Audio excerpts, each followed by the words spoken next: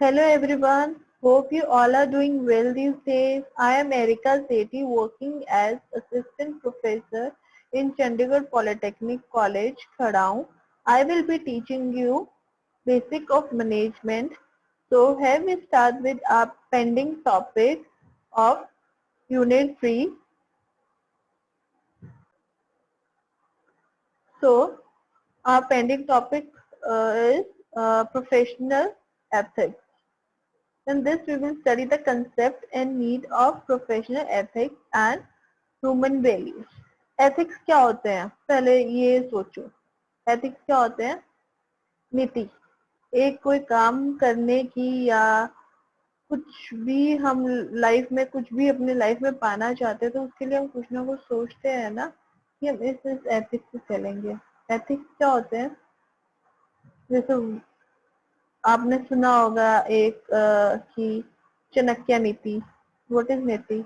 It was Chanakya के moral principal जो भी थे वो. और जैसे हम बिजनेस एथिक्स ले ले, बिजनेस एथिक्स में क्या होती है एक पॉइंट कि we will do profit but not profiteering. अगर हम लोग की मोनोपोली हो, जैसे एक प्रोडक्ट है हमारे 10 रुपीज का and we are selling at 500, that's profiteering. ठीक है? So that's not a business ethic.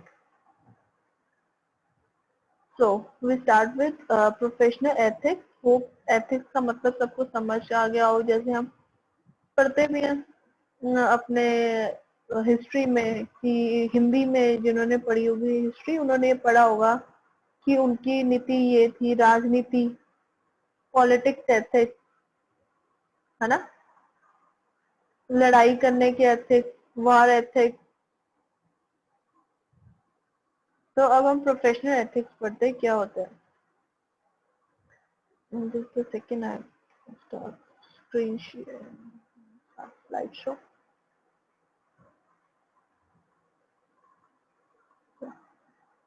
Professional ethics are standards or code of conduct set by people in a specific profession.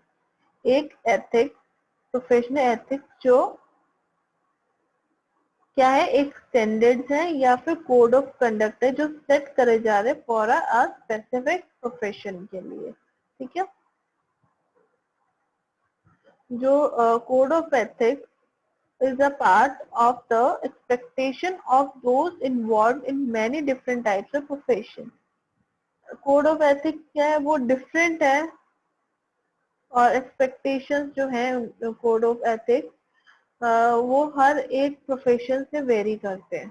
ठीक है? अब जैसे अब डॉक्टर का एथिक्स क्या होंगे कि वो अपने पेशेंट को राइट मेडिसिन दे. ठीक है? उसकी वो जो मेडिसिन है वो ही प्रोवाइड करे, उसको वैसे मेडिसिन ना दे जो उसको जरूरत नहीं है just because of his profit motive.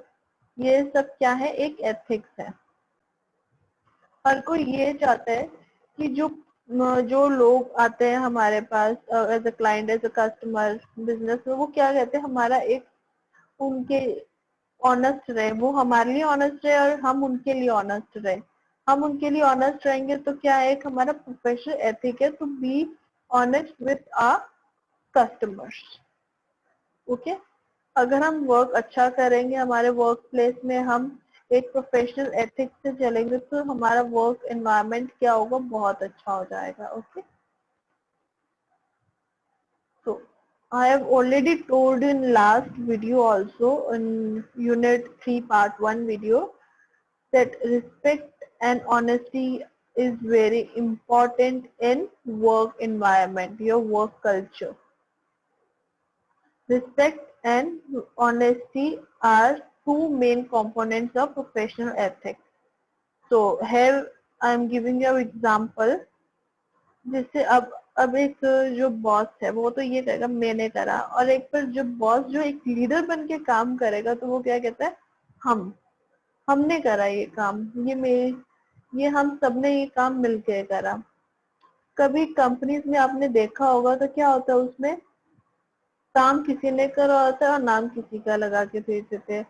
Suppose आप ले लो, एक कोई भी कंपनी है ABC और उसमें क्या हुआ, एक एम्प्लॉय ने एक प्रोजेक्ट करा तो क्या हुआ, उसके आगे मैनेजर ने क्या करा, उसने वहां पे उस पर्सन का नेम हटा के अपना नेम लिख के भेज दिया।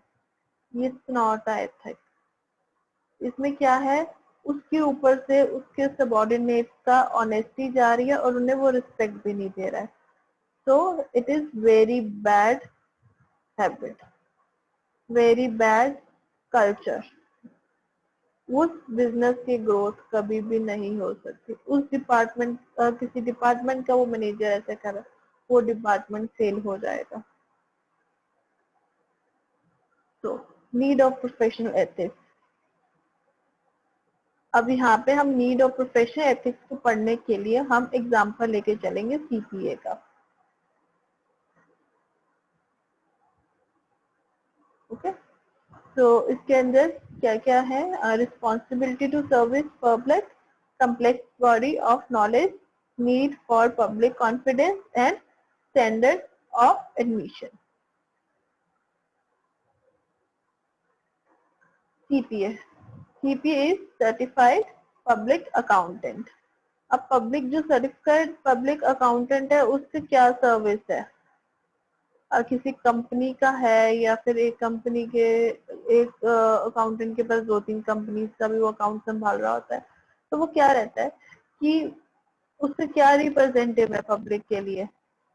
पब्लिक कौन सी होगी, उसकी जो उस कंपनी के अंदर इन्वेस्ट कर रहे हैं, स्टेक होल्डर्स हो गए, क्रेडिटर्स हो गए, है ना, और कस्टमर्स भी हैं और एम्प्लॉयज भी हैं। कैसे करेगा, बाय अ फाइनेंशियल रिपोर्ट दिखा के उसे उस कंपनी की, ठीक है। उससे ये है कि वो फेयर इंफॉर्मेशन दिखाए जो एग्जैक्टली हो रहा है, गलत इंफॉर्मेशन ना दिखाए बाहर। सिर्फ बिजनेस को एडवांटेज देने के लिए वो सब गलत रिपोर्ट बना के किसी को ना दिखाए, एग्जैक्ट वो ही दिखाए जो है, मिरर दिखाए, ट्रांसपेरेंट रहे, ठीक है।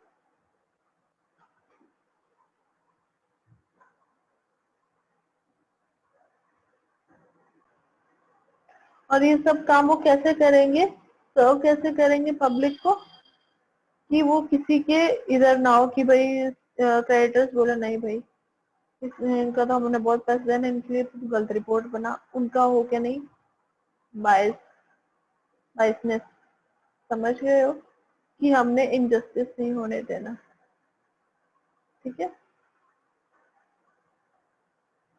Complex body of knowledge. अब सीपीए को क्या करना होता है,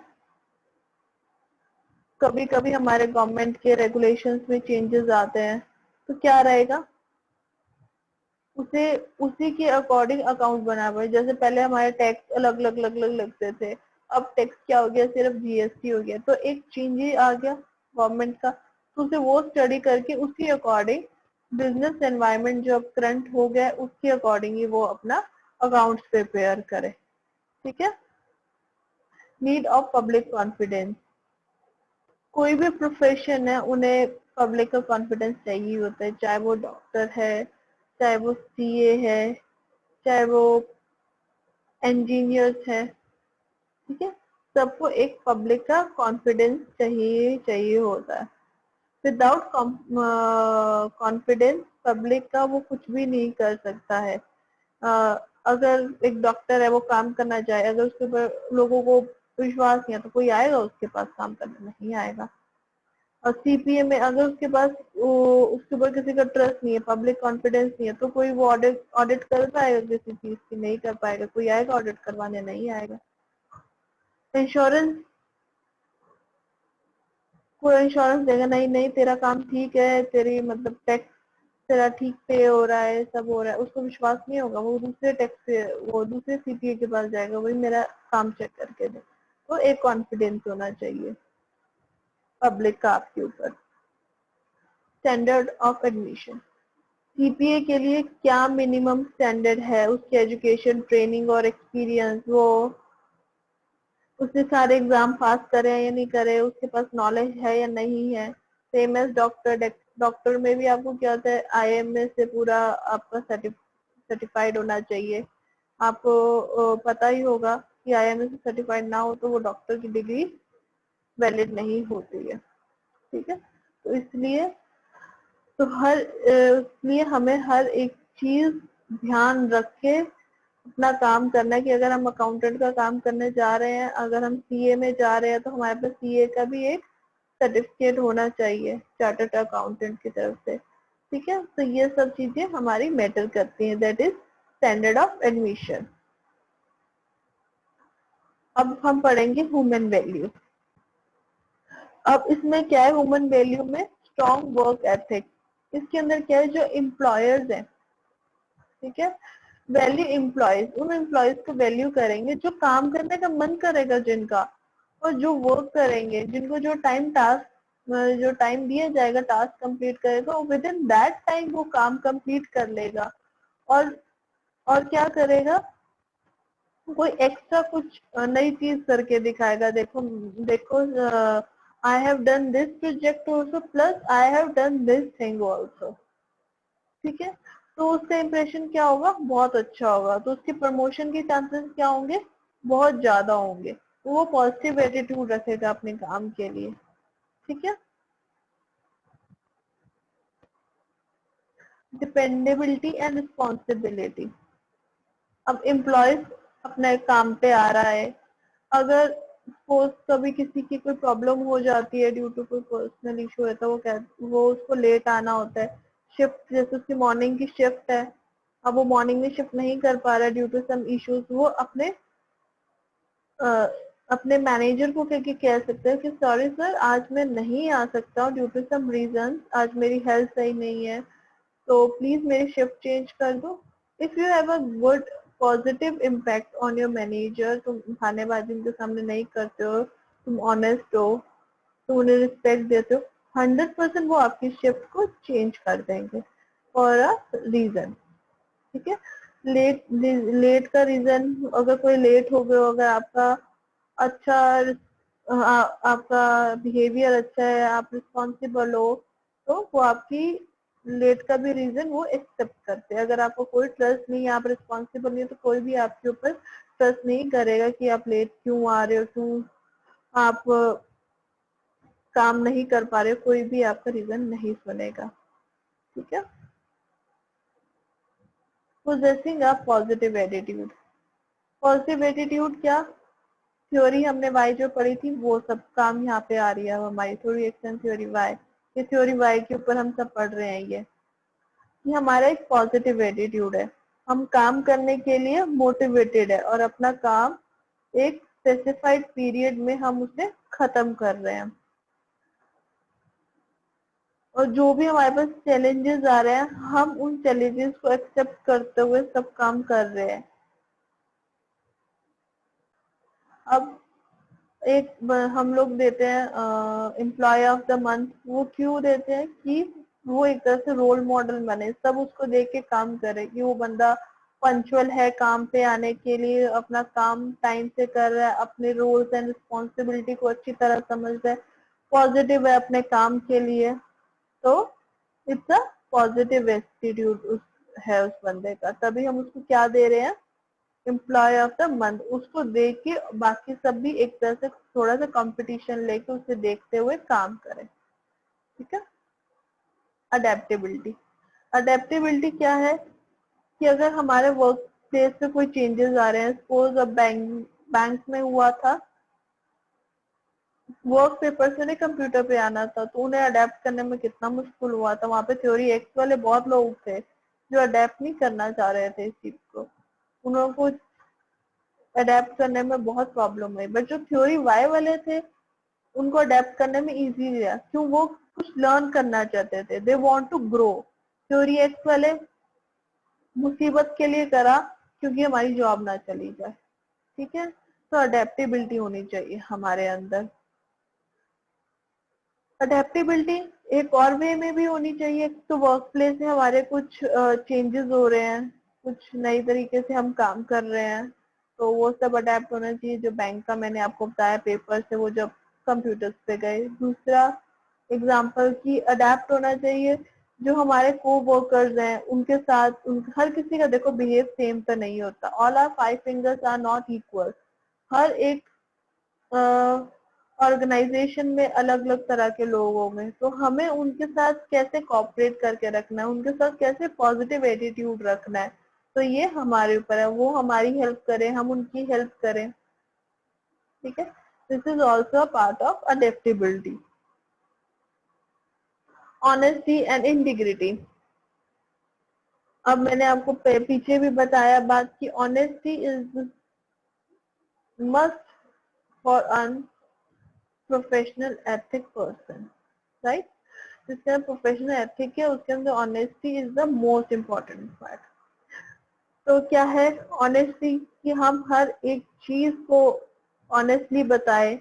अगर हमसे कोई काम नहीं हो पाया ड्यू टू सम रीजन, हम उसको बताएं. हमेशा ही नहीं कि कॉल आउट देते रहो, कि हमेशा ही देते रहो सर इस टाइम भी नहीं हुआ, इस टाइम भी नहीं हुआ. इस तरह के कॉल आउट्स आपके नहीं लिए जाएंगे, ठीक है. अब हम हमारे फर्स्ट ऑफ ऑल अब हमारे कस्टमर्स हमारे लिए सबसे ज्यादा इम्पोर्टेंट है. कस्टमर क्या कहते हैं कि भगवान है कस्टमर एक बिजनेस के लिए. अगर बिजनेस को प्रॉफिट करना है तो उसके कस्टमर खुश रहे, तो इसलिए हम क्या कहते हैं, customers are God to our business, ठीक है. तो हमें अपने कस्टमर्स का ऑनेस्ट रहना है, उन्हें उन्हें हमारी ऑनेस्टी दिखानी है, तभी वो हमारे ऊपर ट्रस्ट करेंगे और हमारे को वर्कर्स के साथ भी, राइट. तो ये सब बहुत इम्पोर्टेंट है, ऑनेस्टी एंड इंटीग्रिटी. इंटीग्रिटी हमें उनके साथ मिलकर सब काम करना है, हमारे कोवर्कर के साथ as a team. Professionalism. Professionalism professionalism start करने से पहले बता दो, प्रोफेशनलिज्म ये जो है ना, जैसे प्रोफेशनलिज्म ये तुम्हें 4 मार्क्स के क्वेश्चन में पूछ सकते हैं. 4 मार्क्स के क्वेश्चन में कैसे आंसर दोगे इसके बारे में बताओगे, उसका एग्जाम्पल दोगे, व्हाट इज प्रोफेशनलिज्म, ठीक है. प्रोफेशनलिज्म. प्रोफेशनलिज्म देखो, प्रोफेशनलिज्म क्या है, एक प्रोफेशनल को पूरा डिफाइन कर रहे हैं कि उसका बिहेवियर जो है एक प्रोफेशनल बिहेवियर होना चाहिए. उसको लर्न करने का हमेशा रहे कि मुझे कुछ नया लर्न करना है. वो वेल ड्रेस्ड हो, उसका पोलाइटली वो बात करे, एक प्रोफेशनल वे में बात करे, ठीक है. जैसे हम किसी को मैसेज लिख रहे हैं, हमें सर को बोलना है कि सर हम आज आ नहीं सकते, तुम सीधा लिख रहे हो सर आज मैं नहीं आ सकता, not professional. You should write, good morning, sir. I hope you are doing well. Today I can't come to office due to some reason. Thank you. This is a professional way to write a message. ये नहीं कि sir आज मैं नहीं आ सकता काम पे, ठीक है. और सेकेंड, हम लोग का बात करने का ढंग, और हम टाइम पे अपने टास्क कंप्लीट कर रहे हैं या प्रोजेक्ट काम कर रहे हैं या नहीं कर रहे. और ये ना हो कि हम एक प्रोजेक्ट खत्म नहीं कर रहे, वो कह रहे कि आप नया ले लो, कि और भी आ गया नया, फिर उसको पाइल्ड अप करे जाओ, होता जाएगा, कोई बात नहीं, होता जाएगा. ये सब बातें नहीं. हर एक जो तुम्हें काम दिए टाइम पे खत्म करो और तभी नया टास्क लो, ठीक है. एक पॉजिटिव एटीट्यूड रखना, ये हम बात हर जगह देख रहे हैं. दैट यू प्रोफेशनल एथिक में सबसे इम्पोर्टेंट बात है तुम्हारा positive attitude to your work. honesty and respect, these things are very important, ठीक है. और हमें काम के लिए हमेशा ऑप्टिमिस्टिक रहना चाहिए. ऑप्टिमिस्टिक क्या, कि हमें हमेशा पॉजिटिव सोचना चाहिए. हाँ ये हम काम कर लेंगे और ये बेनिफिट देगा. जब हम पहले ही सोच लेंगे ये काम तो नहीं होने वाला कुछ, हम पहले डिमोटिवेटिव है, हम उसके अंदर और क्या एफर्ट डालेंगे. जब हाँ हम सोचें ये काम होगा तो हमने और एफर्ट डालते हैं उसके अंदर, ठीक है. Self motivated. अब जो पर्सन सेल्फ मोटिवेट होगा तो वो काम करेगा कि हाँ मुझे ये काम करना है, ये मैं काम कर सकता हूँ. और जब डिमोटिवेटिव हो गया कुछ नहीं होने वाला मेरा, तो वो रिस्पॉन्सिबिलिटी भी लेगा, कोई काम भी नहीं करेगा. तो जो सेल्फ मोटिवेटेड बंदा होगा वो अपना काम भी टाइम पे करेगा और रिस्पॉन्सिबिलिटी भी लेगा, विदाउट एनी गिविंग एनी बहानाबाजी, ठीक है. कोई बहानाबाजी नहीं, कोई फॉल्स कॉल आउट नहीं देगा वो कि नहीं हुआ काम, ये हुआ वो नहीं हुआ, राइट. तो और सब बोलेंगे, सब अपॉर्चुनिटी जब तुम्हें लर्न करने की आएगी तो सब कहेंगे नहीं सर हम ये नई चीज लर्न करना चाहते, we want to grow in our field, ठीक है।